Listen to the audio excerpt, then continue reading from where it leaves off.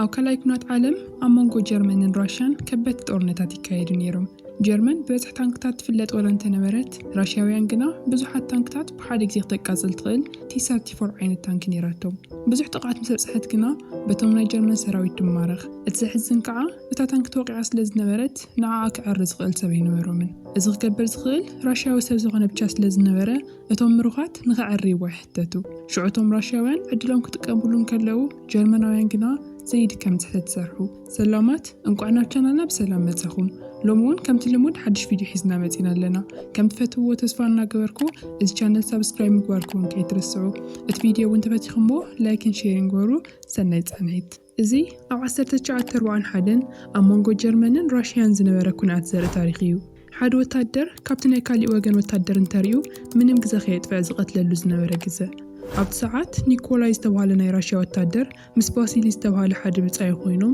በቲ ናይ ጸላ ቦታ እናሓለፉ ንርኢ ነቶም ካልኦት ብጾቶም ምግብን ካልኦት መሳርሕታትን ንምብጽሕ እዮም ዝኸዱ ነይሮም ኣብ መንገዶም ኒኮላይ ሓደ ናይ ጀርመን መልእኽቲ ዝሓዘ ጣውላ ይርኢ ካብ መኪኑ ወሪዱ እውን ነቲ ዕንጨይቲ ክሰብሮ ይሙክር ግን ከይተጸበይዎ ብዙሓት ናይ ጀርመን ታንኪ ብቕድሚቶም እናመጹ ይርዩ ኒኮላይ ተጓይዩ ናብታ መኪኖም ይድዩ እሞ ናብታ ታንክ ገጽ ምኻድ ይጅምር ሓሳቡ እታ ታንኪ ክሳብ ትዘውር ግዜ ክወስደላ ይኸውን ኢሉ ነይሩ ሽዑ ንሶም ምስ ሓለፉ እታ ታንኪ ናብኦም ምትኳስ ጅምር ኒኮላይ ነቲ ብጻዩ ካብ 1 እስካብ 4 ዓዊሉ ክቆጽር ይነግሮ ባሲሊ ምስ ቆጸረ እታ ታንኪ ድሕሪ 4 ምስ በለት ትኩስ ኒኮላይ ግና ክወስ ስለ ዝነበረ ካብ ሕድሕድ ዝተተኮሰ ጥይት ከምልጥ ይኽእል ኣብቲ ናይ መወዳእታ ግና እታ ታንኪ ብቐጥታ ምትኳስ ተቋርጽ ናብ ታርጌት ክሳዝኣትውን ክጽበይዎም ይጅምሩ ሕዚ እውን ግን ኒኮላይ ክውቃዕ ኣይከኣለን ድሓር ክልቲኦም ብሰላም ተሪፎም ናብቲ ካምፖም ይበጽሑ ቀጺሉ እቲ ምርኢት ናብቲ ዋና ካምፕ ኮይኑ ተቐይሩ ንርኢ ካፒቴን ሚካኤል ከረን እውን ኣብኡ ነይሩ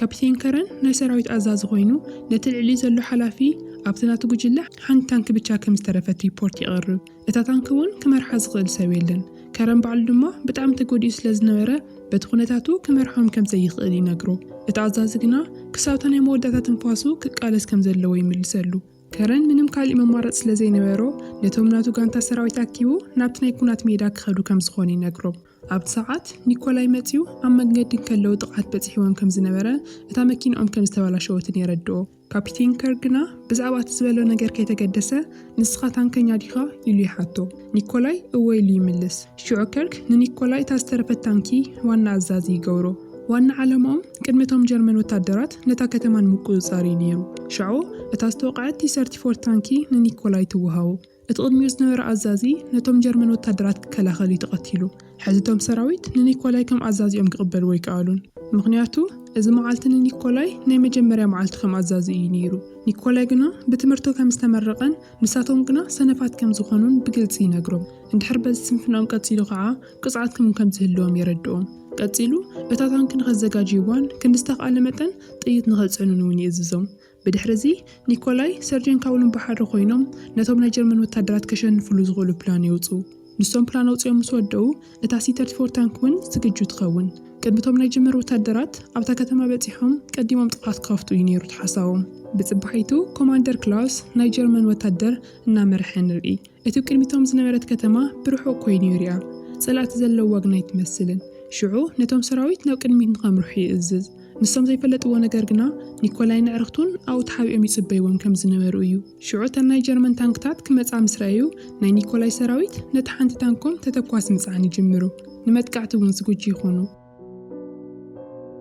ኮማንደር ክላውስ እውን እቶም ራሽያውያን ዝኾነ ነገር ሓሲቦም ይኾኑ እዮም ኢሉ ይጠርጥር እሞ እቶም ሰራዊት ደው ንኽብሉ ይእዝዝ ብናይ ራሽያውያን ገጽ ሰርጀን ካቡልዮ ምስ ካልኦት ኮይኖም ፌክ ናይ ታንክ ምስሊ ሰርሑ እሞ ኣብ ትሕቲ እታ ጎጆ እትዮም እውን ንደገ ከም ትወጽእ ይገብሩ ኮማንደር ክላውስ እዚ ምስ ረኣየ እተን ናይ ራሽያ ታንክታት ኣብቲ ጎጆ ውሽጢ እየን ተሓቢአን ዝህልዋ ኢሉ ይሓስብ እተን ታንክታቶም እውን ነታ ናብቲ ጎጆ መጥቃዕትን ክጅምራ ይእዝዝ ሽዑ እተን ናይ ጀርመን ታንክታት ናብታ ጎጆ ገጽ ክኸዳ ምስ ጀመራ ኒኮላይ እቲ ኣጋጣሚ ተጠቒሙ ካብታ T-34 ምትኳስ ይጅምር ክልተ ናይ ጀርመን ታንክታት እውን ይቃጽል ሕዚ ክላውስ እቲ ትክክለኛ ናይ ራሽያ ታንኪ ኣበይ ከም ዘላ ስለ ዝፈለጠ ነቶም ሰራዊቱ ናብኡ ገጽ ንኽትኩሱ እንደገና ይነግሮም ግን ቅድሚ ሰሚዖም ትእዛዝ ምኽባሮም ኒኮላይ ሳሰይቲ ታንኪ ይቃጽል እተን ዝተረፋ ናይ ጀርመን ታንክታት ናብቲ ኒኮላይ ዝነበራ ሓዊ ምስተድ ይጅምራ ሽዑ ኒኮላይ ቶም ሰራዊቱ ናብ ድሕሪት ንኽምለሱ ይእዝዝ ኣብቲ ዝተመለስዎ ካልኣይ ቦታኦም ኮይኖም እውን ራብዒቲ ታንኪ ይቃጽሉ ሰርጀን ካቡልዮ ከዓ ካብታ ታንክ ወፂኡ ኣብ ደገ ስለ ዝነበረ ብኢዶም ተኩስ ክጅምሩ ነቶም ምስኡ ዝነበሩ ወታደራት ይነግሮም። ደው ኢሎም ስለ ዝነበሩ እውን ዝተወሰኑ ናይ ጀርመን ወታደራት ይቀትሉ። እቶም ጀርመናውያን ነቶም ታንክታት ናብ ድሕሪት ክስሕቡ ይጅምሩ። ሽዑ ኒኮላይ ተኩሱ ሓምሸይቲ ታንኪ ይቃጽል። ሕዚ ኩሎም እቶም ወታደራት ኒኮላይ ኣበይ ኮይኑ ትኩስ ከም ዘሎ ስለ ዝፈለጡ ብእግሮም ከይዶም ክኽብዎ ይሞክሩ። ኒኮላይ መማረጽ ስለ ዘይነበሮ ነቲ ሞተር ዒሉ ንድሕሪት ከምልጥ ይወስን። ግን ካብ ወፂኦም ክኸዱ ክብሉ ሓንቲ ናይ ጀርመን ታንኪ ኣብ ቅድሚቶም ደው ኢላ መንገዲ ተዓጾም። ኒኮላይ ግና ምስኣ ዝባሰሉ ግዜ ስለ ዘይነበሮ ነታ ታንኪ እውን ይቃጽላ እሞ በዝሒ ዘቃጸለን ታንክታት 6 ይኾና።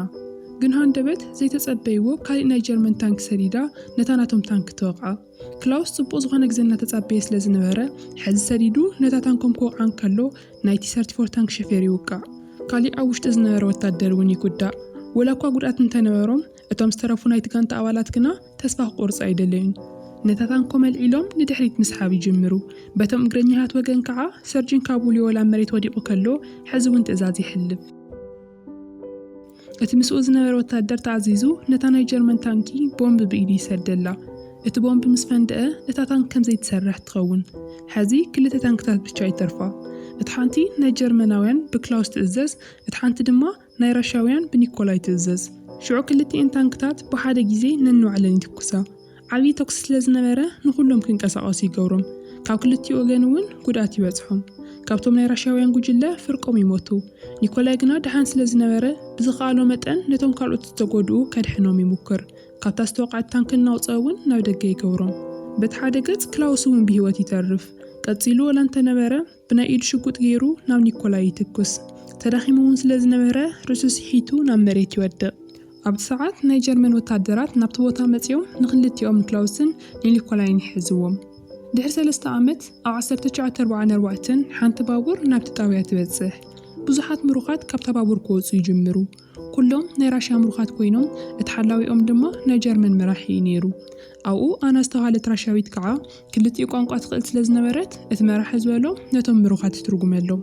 ሽዑ እቲ መራሒ ኣነ ናትኩም ሞት እየ፣ ካባይ ክተምልጡ ይትኽእሉን ኢኹም። ሕዚ ኩልኹም ቆይሕኩም መውፅኡ እሞ ናብ እግረ ይስገዱ ምስ በሎም መብዛሕቲኦም ናብ እግሩ ወዲቖም ይሰግድሉ። ሓደ ምሩኽ ግና ደው ኢሉ ይተርፍ። እቲ መራሒ ምስ ረአየ ተናዲዱ ሽጉጥ ናብ ግንባሩ ይገብረሉ እሞ ንምንታይ ኢኻ ዘይሰገድካ? ሽምጋን ማዕርካን ተናገር ይብሎ። እታ መተርጎሚት ኣና ከዓ ህይወትካ ክትተርፍ ትደሊ ተኾይንካ በይዛኻ ሽምካ ንገሮም፣ ተዘይኮይኑ ክቐትለካ እዩ ትብሎ። ሽዑ እቲ ምሩኽ ኒኮላይ ከም ዝነበረ ንርኢ። ኒኮላይ እቲ መራሒ ሒዝዎ ዝነበረ ሽጉጥ ከም ዘይሰርሕ ይፈልጥ እዩ። ንዕኡ እውን እዩ ብኮንፊደንስ ክንብርክኽ ለይደለየ። እቲ መራሒ ክትኩስ ኢሉ ነቲ ቃዛ ክስሕቦም ከሎ እቲ ሽጉጥ ምስራሕ ይኣብዮ። ብድሕሪኡ ብኢዱ ይወቕዖ እሞ ብሓይሊ ክቕፅዐሉ ናብ ዝኽእል ቦታ እውን ይሰዶ። እናደጋገሙ እናወቕዕዎ ሽሙን መዓርጉን ንክዛረብ ይሓትዎ። በዚ ኩነታት ኮይኑ ንመዓልትታት እውን ይቕጽል። ካብቲ ቤት ማሰርቲ ወፂና ሕዚ ክላውስ ካብ ጉድኣቱ ድሒኑ ናብ ካሊእ ኩናት ክኸድ ይዘጋጀሉ። ጎበዝ ጋንታ ዝሰልጠኑ ሰራዊትን ታንክታትን ንኽወሃቦ እውን ይሓትት። ናብቲ ላዕለዋይ ኣዛዚ ኸይዱ እውን እቶም ቅድሚ ዓመታት ዝተማረኹ ናይ ራሽያ ወታደራት ኣብቲ ናቱ ጉጅለ ኣባላት ንኽኾኑ ፍቓድ ይሓትት። እቲ ኣዛዚ እውን ምስኡ ይስማማዕ። ብድሕሪኡ ክላውስ ናብቲ ናይ ምሩኻት ካምፕ ከይዱ እቲ ሽም ዝርዝሮም ይርኢ። ሽዑ ኣብቲ ሪከርድ ቅድሚ 3 ዓመት ሓደ ራሽያዊ ወታደር ብሓንቲ ታንኪ 8 ናይ ጀርመን ታንክታት ከም ዘቃጸለ ዘርኢ ጽሑፍ ይረክብ። እቲ ወታደር ኒኮላይ ከም ዝኾነ ስለ ዝፈለጠ ክላውስ ናብቲ ኒኮላይ ዝነበሮ ክፍሊ ኸይዱ ንዓይ ትዝክረኒ ዶ? ኣብዚ ከም ምሩኽ ከም ዝኾንካ ነጊሮም እኒኦም። እንድሕሪ ምሳይ ክትሰርሕ ፍቓደኛ ኮይንካ ግና እቲ ቅፅዓትካ ክድምስሰልካ ይኽእል እየ። ግን ቅድሚኡ ሓደ ነገር ክትገብር ይደሊ። ኣብ ኩናት ሓንቲ T-34 ታንክ ማሪኽና ኣለና፣ ግን ስለ ዝተቓጸለት ኣይትሰርሕን እያ። እንድሕር ንስኻ ዓሪኻያን ከመይ ከም ትሰርሕ ምሂርካናን ቅፅዓትካ ተደምሲሱ ብነፃ ትሰድድ ይብሎ። ኒኮላይ ግና ፍቓደኛ ኣይነበረን። ክመውት እንተኾይኑ እምበር ዓይኑ እናርአየ ርእሱ ከድንነ ይኽእልን እዩ። ክላውስ ተናዲዱ ሽጉጥ የውፅእ። ናብ ኣና ገጹ ገይሩ ከዓ ክሳብ 5 ቁፅር እየ፣ እንድሕር ዘይተስማዕሚዕኻ ንዓኣ ክቀትላ እየ ይብሎ። ኣና እናበኸየት ህይወታ ንኸትርፈላ ምምሕፃን ትጅምር። ኣብ መጨረሻ ኒኮላይ እውን ፍቓደኛ ይኸውን። ብጽባሒቲ ንግሆ ካብቶም ካልኦት ምሩኻት ምስኡ ክሰርሑ ዝኽእሉ ሰባት ንኽመርጽ ይነግርዎ። 3 ሰባት ይመርጽ። ዕድሉ ኮይኑ ካብቶም 3 እቲ ሓደ ናይ ቀደም ብጻዩ ካቡልዮ እዩ ነይሩ። ድሓር 4ኦም ናብታ ዝተበላሸወት ታንክ ዝነበረቶ ቦታ ይኸዱ። እዛ ታንኪ T-34 ኮይና ካብተን ራሽያውያን ዝነበረኦም ዝበለፃ ታንክታት ሓንቲ እያ። ክትጓዓዝ ከላ እውን ፈጣን እያ። ሕዚ ኒኮላይ ነታ ታንክ ዝተኻኺሉ ንኽውድእ ሓደ ሰሙን ግዜ ይወሃቦ። ግን ሓደ መጠንቀቕታው ንሱ ይውሃዎም ምንም ዓይነት ተኳሲ ኣብ ውሽጢ ታንኪ ንኸይቕመጥን ናብቲ ናይ ልምምድ ሜዳ እውን ንኸይወጹን ይነግሮም። ኒኮላይ ስርሑ ክጅምር ናብ ውሽጢ ታንኪ ኣቲ ኣብኡ እውን ብዙሓት ዝሞቱ ናይ ራሽያ ወታደራት ይረክብ። ብጣዕሚ ብዙሕ ግዜ ውሽጢ ስለ ዝጸንሑ ከቢድ ጨና እዩ ነይርዎ። ድሓር ግን ማንም ዘይረኣዮም 6 ዓበይቲ ተተኮስቲ ኣብ ውሽጢ ታንኪ ይረክብ። ብጣዕሚ ዓበይቲ ስለ ዝነበሩ ሓደ ግዜ ተተኩሶም ሙሉእ ታንኪ ከቃጽሉ ዝኽእሉ ዓይነት እዮም ነይሮም። እቶም ጀርመናውያን ግና እዞም ተተኮስቲ ውሽጢ ከም ዘለዉ ይፈልጡን እዮም። ኒኮላይ እዛ ኣጋጣሚ ተጠቒሙ ኣብ ውሽጢ ዝሞቱ 6 ሰባት ኣለዉ፣ ከም ወታደር ከዓ ዝግብኦም ናይ ቀብሪ ስነ ስርዓት ክግበረሎም ኣለዎ እየ ዝብል ኢሉ ፍቓድ ምስ ረኸበ ኣብ ሕድሕድ ወታደር ሓደ ጥይት እናገበረ ኣብ ውሽጢ ዝነበሩ ተተኮስቲ ናብ ደገ ከውፅኦም ይገብር። ነቶም ወታደራት ቀብርዎም ከለዉ እውን እቶም ጥይታት እውን ምስኦም ይቐብርዎም። እቲ መቃብር ቦታ ግና ከም ዝፍለጥ ይገብርዎ። ሕዚ እታ ታንኪ ናይ ምዕራይ ስርሖም ይጅምሩ። 4ኦም ኮይኖም ሙሉእ ወና እዮም ዝሰርሑ ነይሮም። ሓደ ኣካላት ናይቲ ታንኪ ዝተቓጸሉ ስለ ዝነበሩ ከዓ ካብ ናይ ጀርመን ታንክታት እናምፁ ይቕይሩላ። በተመሳሳሊ ሰዓት ኒኮላይ ኣብ ሓመድ ቅርጺ ሰሪሑ እቲ ልምምድ ከመይ ከም ዝኸውን ክሓስብ ይጅምር። ካልእ ነገር ይሓስብ ከም ዝነበረ ግና ፍሉጥ እዩ ነይሩ። ሴፈናኡ እናጠመተ እንታይ ኻ ትገብር ትሓስብ ዘለኻ? ኣብዚ እኮ ብዙሓት ታንክታትን ወታደራትን እዮም ዘለዉ። ከመይ ጌርና ካብዚ ክነምልጥ ንኽእል? እዚ ማለት ንባዕልና ናይ ሞት ፍርዲ ምፍራድ እዩ ይብሎ። ኒኮላይ ግና በቲ ንቁሕ ኣእምሮኡን ኣተሓሳስብኡን ዓብዪ ተስፋ ይህቦም። ካብዚ ብሂወት እናምልጠሉ መዓልቲ ክመጽእ እዩ ይብሎም። ኣብቲ ምሸት ክላውስ ንኒኮላይ ናብ ክፍሉ ንክመጽእ ይጽውዖ። ኣና እውን ምስኦም ኮይና እናተርጎመት ክልቲኦም ክረዳድኡ ትገብር። ክላውስ ዝግጅትኩም ጽቡቕ ይኸይድ ከም ዘሎ ይፈልጥ እየ። እታ ታንክኹም እውን ኣብ ቀረባ ክትውዳእ እያ።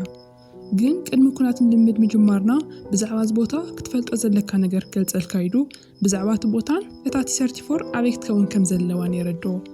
ኒኮላይ ግና ኣብ ካልእ ቦታ ትትኸውን ዝብል ሓልእ ሓሳብ ይቕርብ።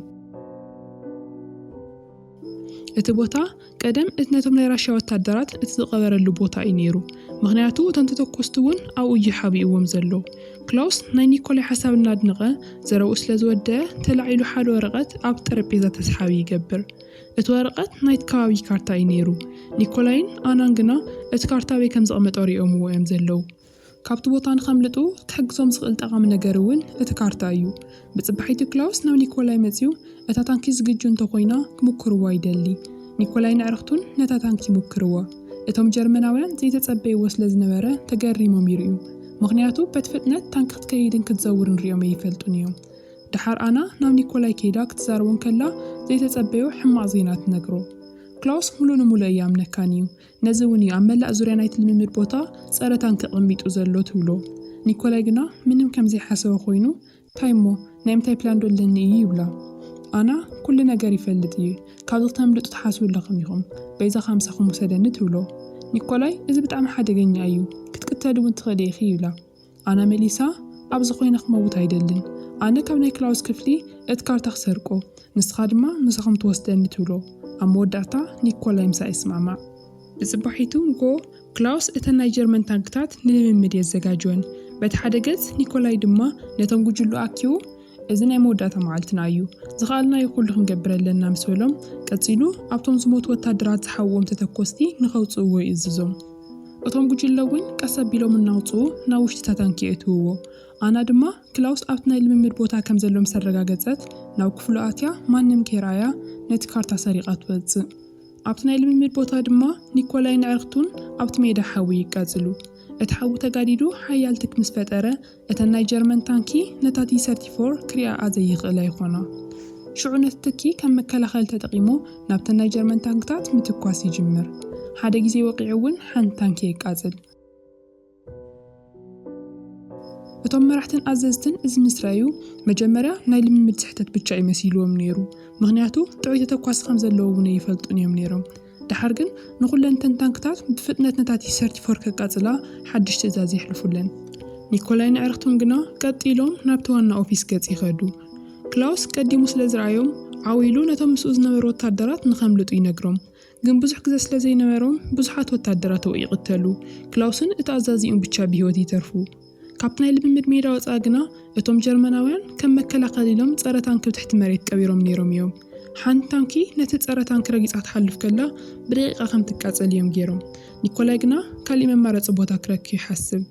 بقطتا نابت ناي مرحت مخاين دو زبلالو بوتا خيدو بوء يحلف نقلنتن مخاين ون رقيص وان يخيد ازوديون موصع نابت وانا برقاц يخيد حزون توم نايترمن وتادرات دو كبلوهم زخالو وكل يقبرو جند ما يكالون كلاوس تناديدو نشينا ايد شقوط يوصمو نابت تانكي تكس اتحاصينون كنقو زي يخيل شقوط ولا انت نبره ግን ድማ ናይ ዓቕሊ ጽበት ስቑኢሉ ይሞክር እታ ታንኪ ድማ ብሰላም ነቲ በሪ ፈንፂሓ ናብ ደገ ትወፅእ ኣብ ደገ ድማ ኣና ደው ኢላ እናተጸበየቶም ስለ ዝነበረት እቲ ሰረቐቶ ካርታ ኣውፅያ ንኒኮላይ ተርእዮ ንከምልጡ ክሕግዞም እዩ ሕዚ ኒኮላይ 4 ተተኳስን 30 ኪሎ ሜትር ዘጓዕዝ እኹል ነዳዲ ኣለዎም ግን ካብቲ ካርታ ብዝረኸብዎ መሰረት ድሕሪ 20 ኪሎ ሜትር ሓንቲ ንእሽተይ ከተማ ስለ ዘላ ኣብኡ ወሪዶም ነዳዲ ምግብን ክዳንን ክረኽቡ ይኽእሉ እዮም دحارتهم جوجله أبتا كتما يبصحمو باني نرادن ناي بوليس شقوطن يرخو قدم مخادوم كعا اتناي مروخ كدانو موصيام يقازلو دحار كابتا كتما ناوصون نتزرخو مغبنا بلعون كلو هاندبت حدا صره تانكي برحقنا اومنا مصيريو ግን ብናይ ኒኮላይ ፈጣን ትእዛዝ ናብ ጸጋም ገጽ ይጽፉሞ እንሽተይ ውን ይምልጡ ናይታ ታንክ ጎና ብቻ ብንሽተይ ይውቃ ሕዚ በተሳዕረን ጫካን ቋዙን ከለው ካብቶም ናይ ጀርመን ታንክታት ውን በቀሊል ይምልጡ በተሓደ ገጽ ኣብት ናይ ጀርመናውያን ካምፕ ክላውስ በተደጋጋሚ በተኣዛዚ ይጽረፍሉ ናይ ጸላት ወታደራት ምስናትና ሓይሊ ክሕወስ ምግባር ናትካ ሓሳቢ ነይሩ ሕዚ እንታይ ከም ዝተፈጠረ ረአ እትናትካ ሓገዝ አንጻርናዮም ተጠቂሞምሉ ምስበልዎ ክላውስ ድማ መሊሱ ካብዛ ዓዲ ክወጽ ይፈቅደሎም እየ ኣብ ናይ 6 ሰዓት ርሕቀት ሓደ ናይ ሓለዋ ከይላሉ ኢሊ ነግሮም ዓላምኡ ኣብ ምስ በጽሑን መሓዚ ነይሩ ሽዑ ክላውስ ብሰማይ ኮይኑ ክከታተሎም ይጅምር በተጫካ ማኸሊ ጓዓዙ ከም ዘለዎ ውን ይፈልጥ ግን ቅድምናት ናይ ራሻውያን ቦታ ምጽሖም ብሓንቲ ንእሽተይ ከተማ ገይሮም ክሓልፉ ከም ዘለዎም ንሱን ኒኮላይን ይፈልጡ እዮም ኣብታ ታንኪ ድማ ንሰዓታት ምስተጓዓዙ እታ ታንኪ ብጣዕሚ ክትረስን ስለ ጀመረት ጉዕዞኦም ደው ይብሉ ኒኮላይ ናብቲ እንባገጽ ንኽቀርውን ኣው ድማ እትለይት ንክሕልፍውን ትእዛዝ ይሕልፍ ከምቲ ዝበሎም ገይሮም